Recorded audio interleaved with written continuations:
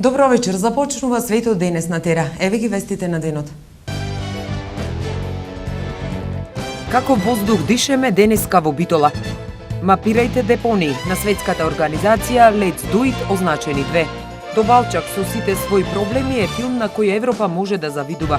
Столе Попов пред светската премиера во Битола. Светот ги доби новиот iPhone и iWatch.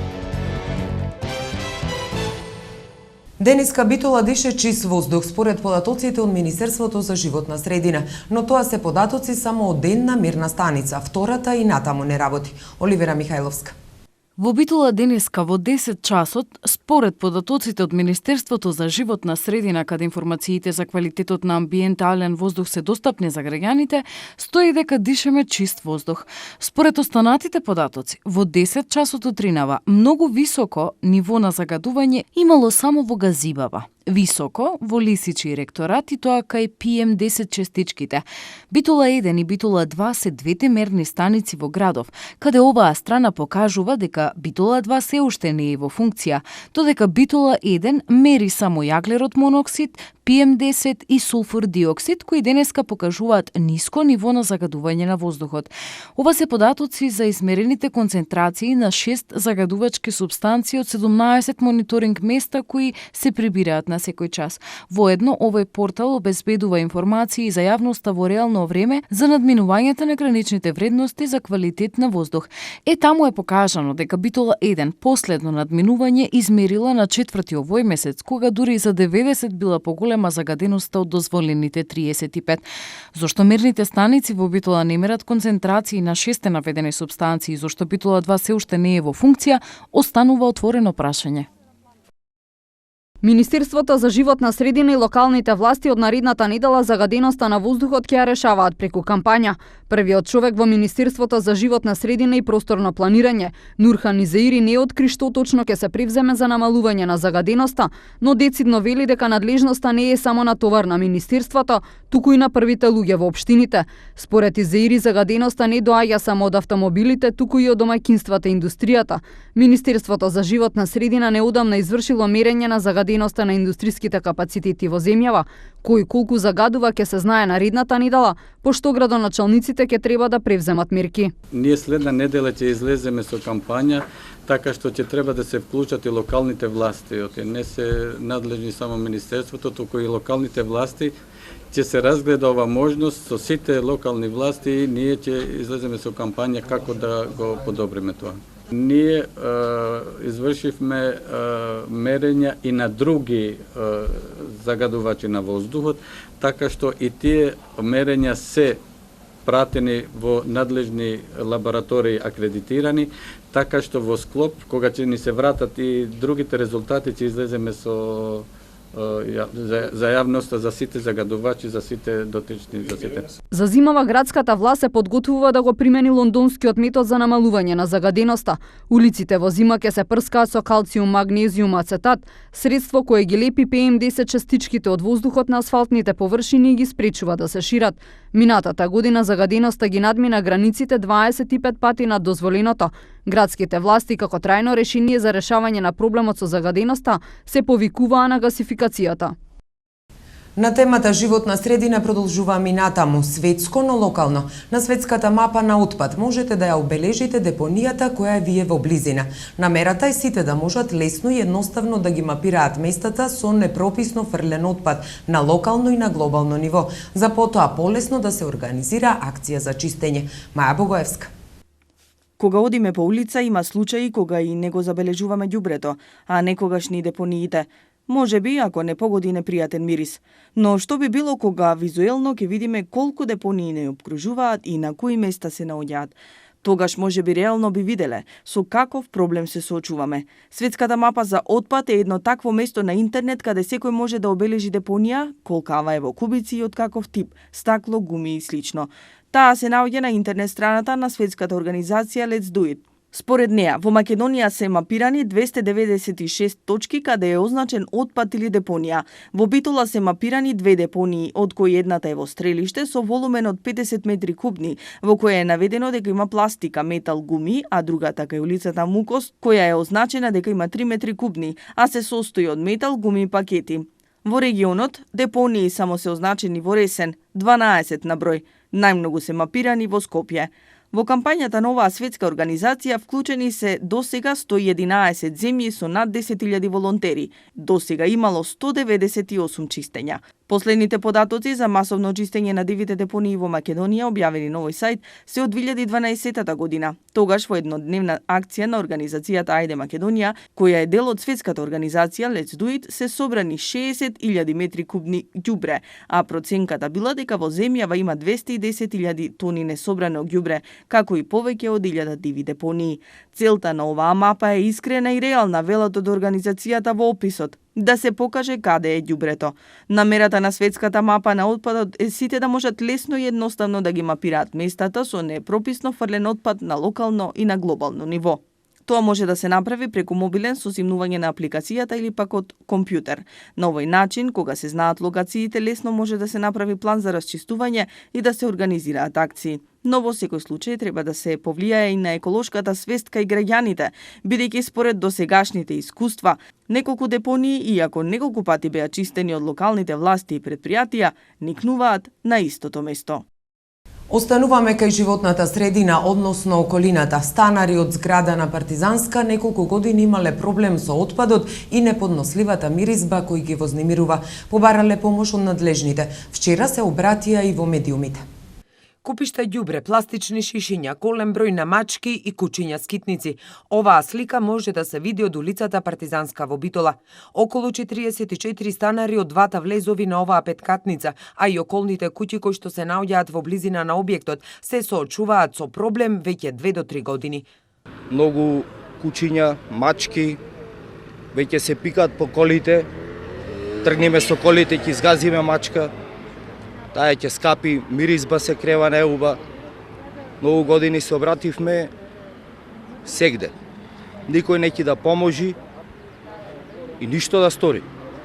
Граѓаните се жалат дека не можат 24 часа на ден да отворат прозорец или да излезат во дворовите и терасите, бидејќи во околината постојано има ѓубре, а и пцовисани мачки. На сота дома не се влегва. Шо проблем? Смрди корни.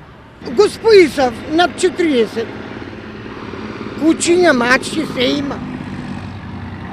Шо е? Цој се и мачето, зад куќа врли го. Цој се и мачето, зад куќа. Ние не сме луѓе, дека на сота сме. Велат дека ова станува опасно место за живење, а стравуваат и од ширење на заразни болести. Со смрдеја, со кучки, мачки, со ѓубрина. Жителите неколку пати побарале помош од надлежните. Не можеме поќе вака од нас. Мораме да се обратиме по институции. Така, од институциите што ви одговараат? За сега нема никаков одговор. Сајавивме на многу места, за сега ништо не е кажано. Се одлучивме на овој чекор преку телевизија. Од Општина Битола денеска не информираат дека неодамна е поднесена пријава до комуналната инспекција, пошто надлежниот инспектор излегол на терен каде што е констатирана состојбата во објектот, но луѓето кои што живеат таму не биле затекнати во домот. Комуналниот инспекторат ќе продолжи со преземање на конкретни мерки за комплетно решавање на случајот.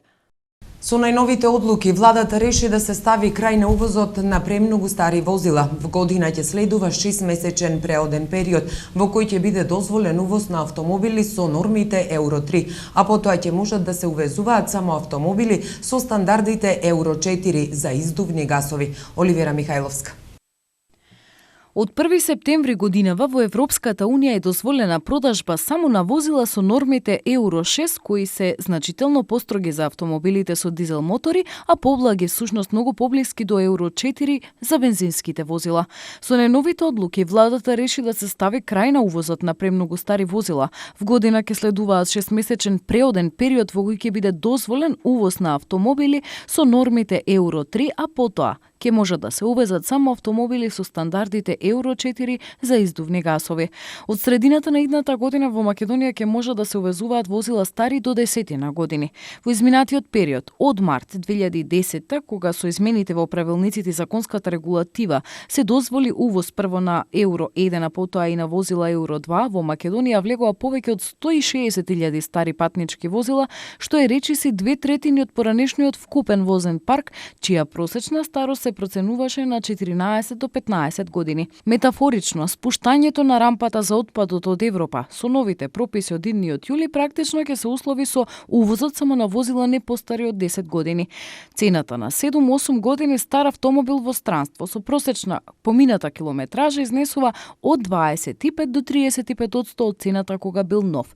Бидејќи ќе дојде до поместување на понудата на стари увезени возила кон понови и поскапи, тие што не можат или не сакаат повеќе да платат, нема да можат да најдат возило за себе. Во согласност со тоа, бројот на возила во сообраќајот ќе се намалува. Како и да биде, најбитно е дека работите ќе почнат да се менуваат кон подобро за сите. Од март 2010 година во Македонија се увезени повеќе од 160.000 стари патнички возила, а лани беа увезени само 3.288 нови патнички автомобили.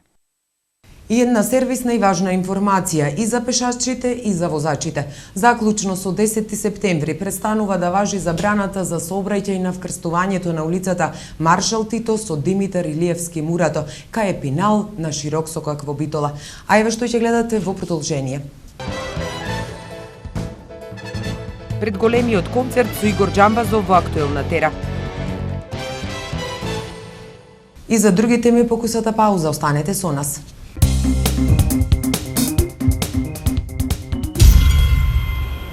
Фани Христова ја освојува светската диџеј сцена. Младите Лајонси во Англија снимаа спот за песната Happy. Марко Мандич со концерт во Битола. Компанијата Гришко, презадоволни од првата инвестиција во Македонија, односно во Слепче, донесоа одлука уште еднаш да инвестираат во нашата земја. Премиерот Никола Груевски денеска оствари средба со челниците на компанијата, кои му ги соопштија деталните планови за новата инвестиција. Министерот за привлекување на странски инвестиции Бил Павлевски по средбата откри дека почетокот на градбата на новата фабрика ќе се случи во почетокот на месец октомври. Во првата своја фабрика Гришко вработи 82 лица, кои во моментов работат на производство на обувки.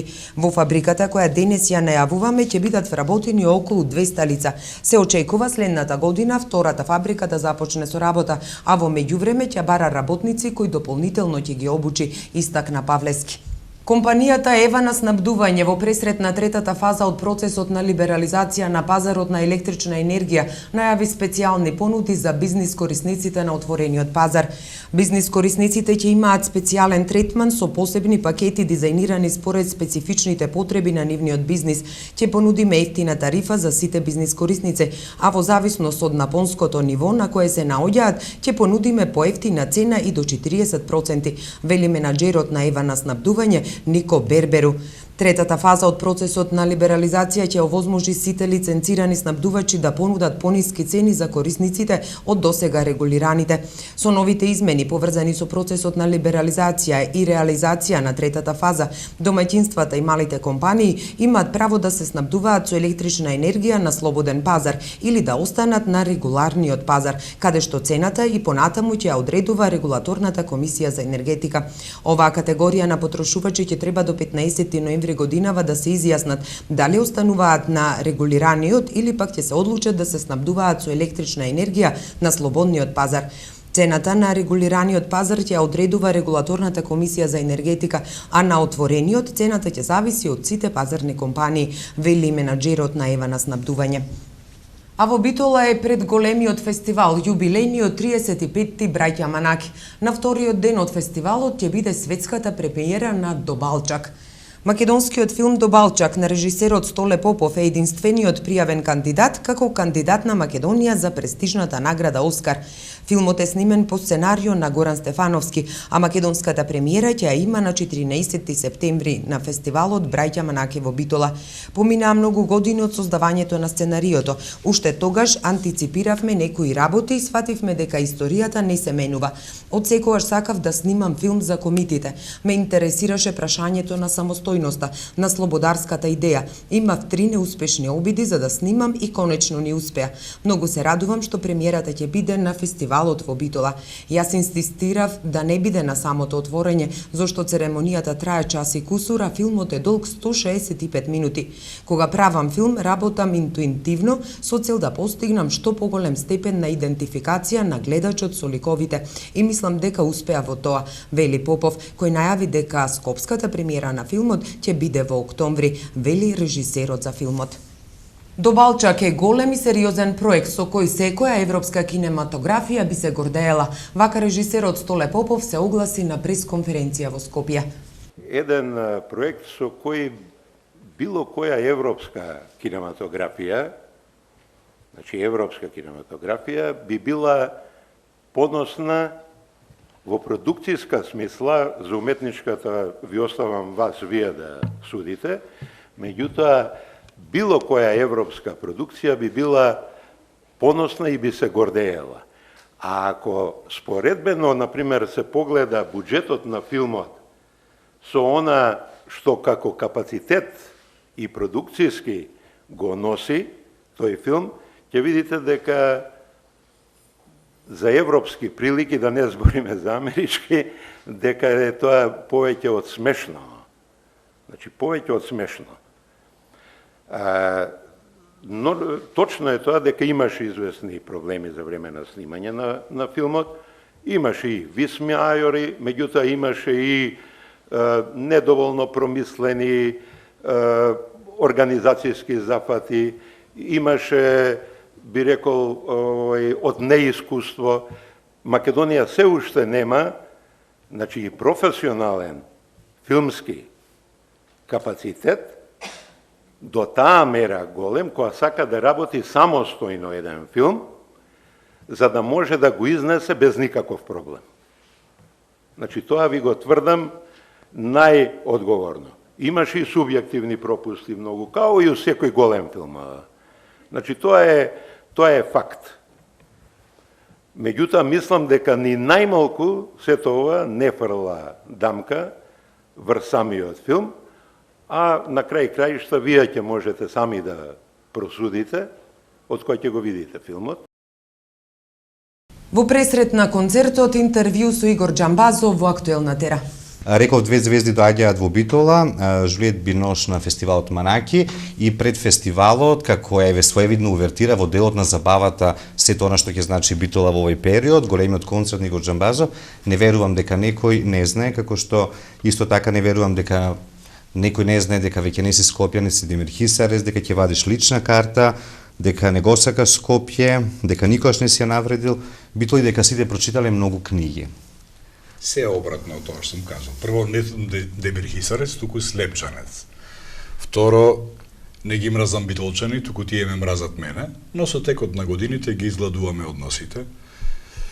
Јас ја напишано од повеќе песни за Битола, отколку што би напишал нормален скопјанец.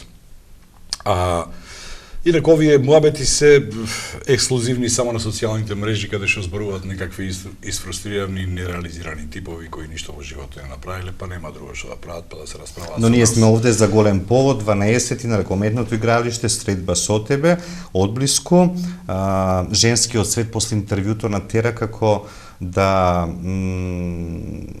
се повеќе те коментира, односно си на дневен ред во муабетите. Секојаш сум јас кај женската популација на дневен ред, зависи зашто. Но интервјуто на Тера беше навистина, што би рекол гидра во оние стари српски филмови многу пати репризирани, све е било на нивоу. Мислам дека она интервју навистина го извлече од мене на последното, искреното, она моја последна жестина или квази лутина што ја чувствувам према родниот град и така натаму, и воопшто за моето бегање во Слепче и за продолжувањето на живот и така натаму. Жените се мојата публика, дефинитивно.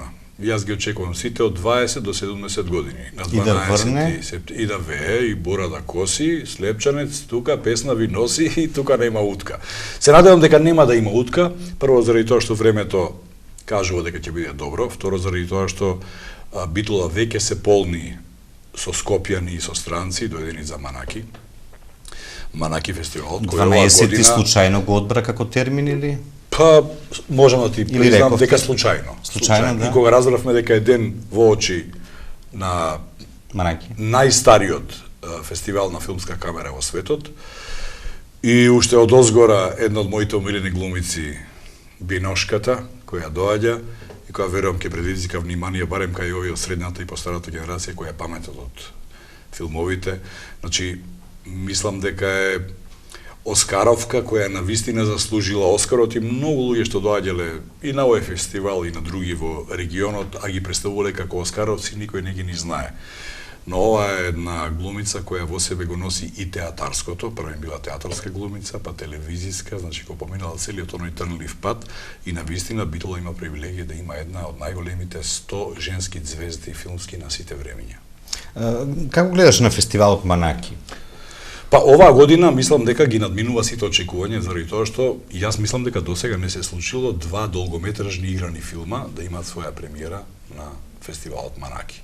Секогаш имало проблеми, и овој пат има, но едва и чекам да ги видам моите колеги Тони Михајловски, Сашко Коцев, Никола Ристановски, Водобалчак и да го видам новиот филм на Митричевски, Деца на сонцето, за кој веќе прочитав феноменални критики од луѓе што го гледале. Значи, верувам дека црвениот тепих ќе биде достоинствен, онаков битолски. Верувам дека нема да врне ни на 12-ти, ни на 13-ти. И верувам дека мојот концерт ќе биде една скромна увертира на еден голем празник, што се вика Фестивал на филмската камера Манаки во Битола. Малку сега за забавата на твојот концерт на 12-ти, освен тебе, нормално е да се има нели гости, кои за се пополнат тие 3 часа да им се понуди на битолчани една одлична забава. Така, значи забавата почнува во 21 часот и 30 минути со мојата нова љубов, една демирхисарска рок-н-рол група која се вика Revelation Band, кои ќе служат за загревање. Ќе свират малку Дорси, малку Deep Purple, малку Uriah Heep, малку Led Zeppelin и така натаму. Потоа почна мојот концерт.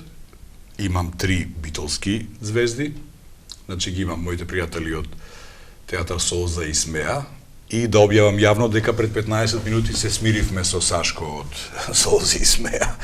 Значи не е онака како што оди на онаа реклама која ги надмаши сите рекорди во гледање за една најобична реклама, над 70.000 гледања во 6 дена, но не она вистинската, туку она лажната реклама.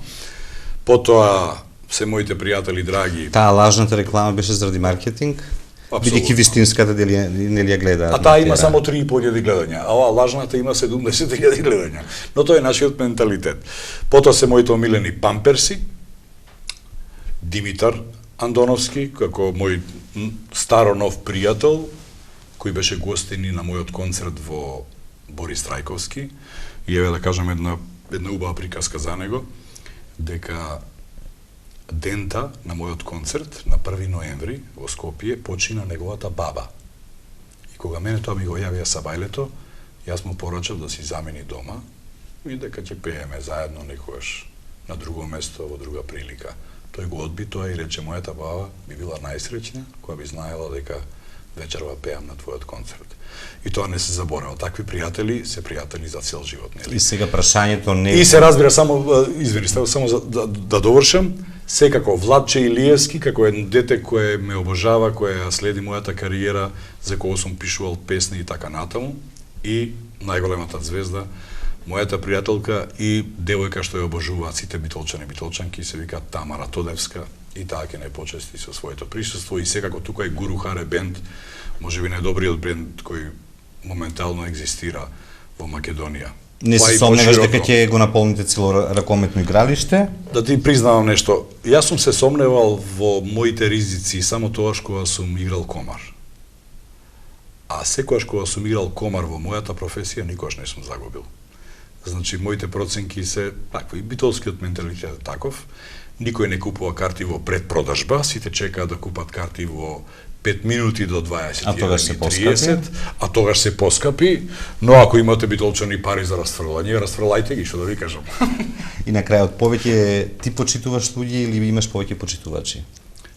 Па верувам дека е обострано. Детето кое дојде од Охрид да ти каже дека прочита твојата книга, тој те почитува тебе, ти него? Да, само заради тоа што пропатува 230 километри за да се види со мене. Истиот предизвик голем на Игор Џамбазов кој ќе биде? Бидејќи јавноста ќе очекува да... Останувањето во Слепче, бегањето од оној одвратен, смрдлив, турбулентен, опасен и небезбеден живот во престолнината и работата со моите нови пријатели од КАТ продукција, односно од СУД продукција, со кои имаме големи планови. Некои од нив се врзани и за вашата телевизија, но ќе дојде зимата, она што сум го ветил, секој сум го исполнувал, така ќе биде овој пат. Благодарам за гостувањето. Дали ќе бидеш на смена на 12 вечерта или да видам на концерт? Тоа е во петок, на работа до 5:30. Да, во секој случај. Се гледаме. Ти благодарам и за гостувањето. Еве што донесува светот. Џон Кери тргна да бара поддршка на Блискиот Исток за акција против исламската држава. И за други вести од светот по кусата пауза, останете со нас. Вашето мислење нам ни е важно, затоа што Тера телевизија е на страната на гледачите. Искажете ги вашите ставови на нашиот веб портал tera.mk. Прашањето за оваа недела гласи: дали е потребно детските градинки да работат и во викенди? Да, не.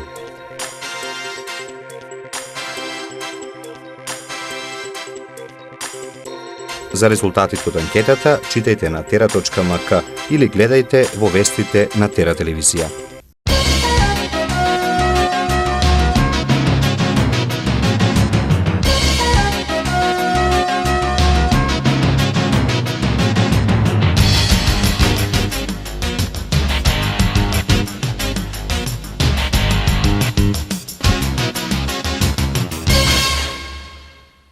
Новиот министер за животна средина Нурдан Изеири ќе ги чека резултатите од испитувањето кој индустријски капацитет колку загадува, а потоа ќе чека предлог мерки од локалните власти. Со формирањето на акционерското друштво за водоснабдување во државна собственост, земјоделците очекуваат дека наводнувањето ќе биде поефикасно и ќе се подобрат услугите што им се нудат, со што и приносите ќе бидат поголеми. Во голема акција на Државната агенција за истрага и заштита на Босна и Херцеговина беа приведени собствениците на местната индустрија Лијановиќ.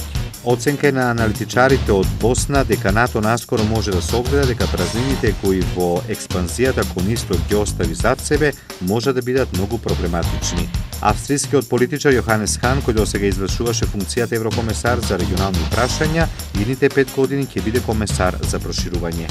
Русија соопшти дека успешно тестирала интерконтинентална балистичка ракета Булава, која е клучен елемент во нејзиниот нуклеарен арсенал.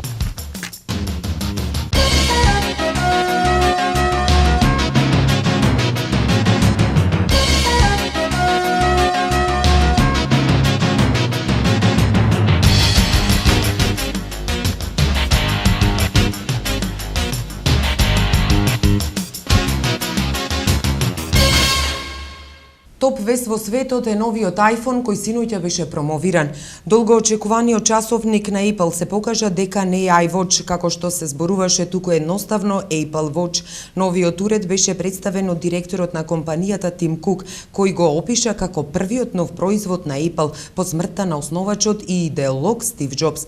Го представуваме најголемиот напредок во историјата на iPhone, додаде Кук. Часовникот е синхронизиран со iPhone и може да работи со истите апликации, како и да измери здравствени индикатори на носителот. На него можете да ја отворите вашата имејл или да се поврзете со пријателите во близина, а може дури и да им ги испратите и вашиот пулс. Часовникот ќе се поврзува со други уреди и преку Bluetooth, се полни со бежичен полнач. Освен тоа, преку својот часовник можете да разговарате со часовникот на свој пријател. Новите верзии се нарекуваат iPhone 6 и iPhone 6 Plus. Основната разлика помеѓу нив е големината на екранот. iPhone 6 ќе користи 4,7 инчен екран со Retina HD екран. iPhone 6 Plus е со 5,5 инчен екран и Full HD резолуција. Куќиштето е од алуминиум, но стаклото на екранот не е сафирно како што се очекуваше, туку е зајакнато. Американскиот државен секретар Џон Кери пристигна во Багдад на почетокот на мисијата во барањето поддршка за акција против милитантите на Исламската држава. Американскиот претседател Барак Обама ќе ја представи стратегијата за ослабнување и во краен случај уништување на терористичката организација Исламска држава, која действува во Ирак и во Сирија, изјави портпаролот на Белата куќа Џош Ернест. Тој истакна дека Обама е уверен од испротивставувањето на исламистичките борци е прашање од првостепена важност за националната безбедност на САД. Обама ќе го повтори и повикот кон Конгресот на САД да го одобри планот во вредност од $50 милиони за вооружување и обучување на сириските бунтовници. Сега и за времето во наредните денови.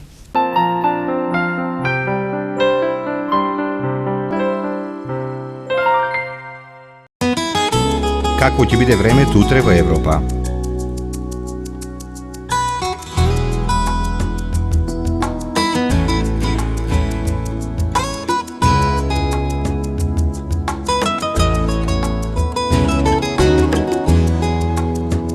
За времето утре на Балканот.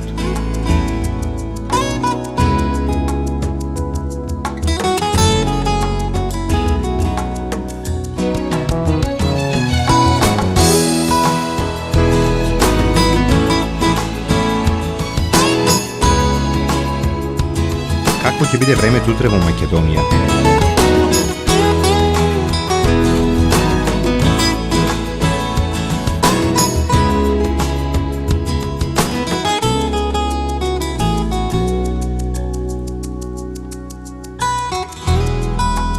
Следува временската прогноза за времето утре во регионот.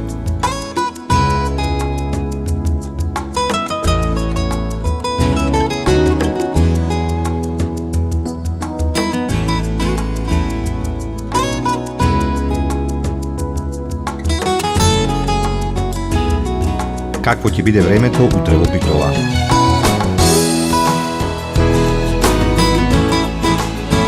Следува временската прогноза за следните денови во Битола. Какво ќе биде утре времето во Ресен? Следува временската прогноза за следните денови во Ресен. Евеа прогнозата за времето утре во Прилеп.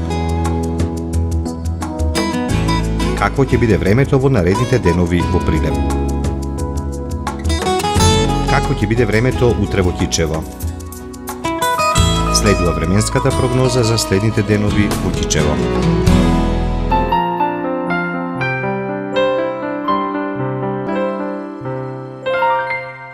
Тука е крајот на светот денес. Ви благодариме за вниманието. Останете и понатаму со Тера телевизија.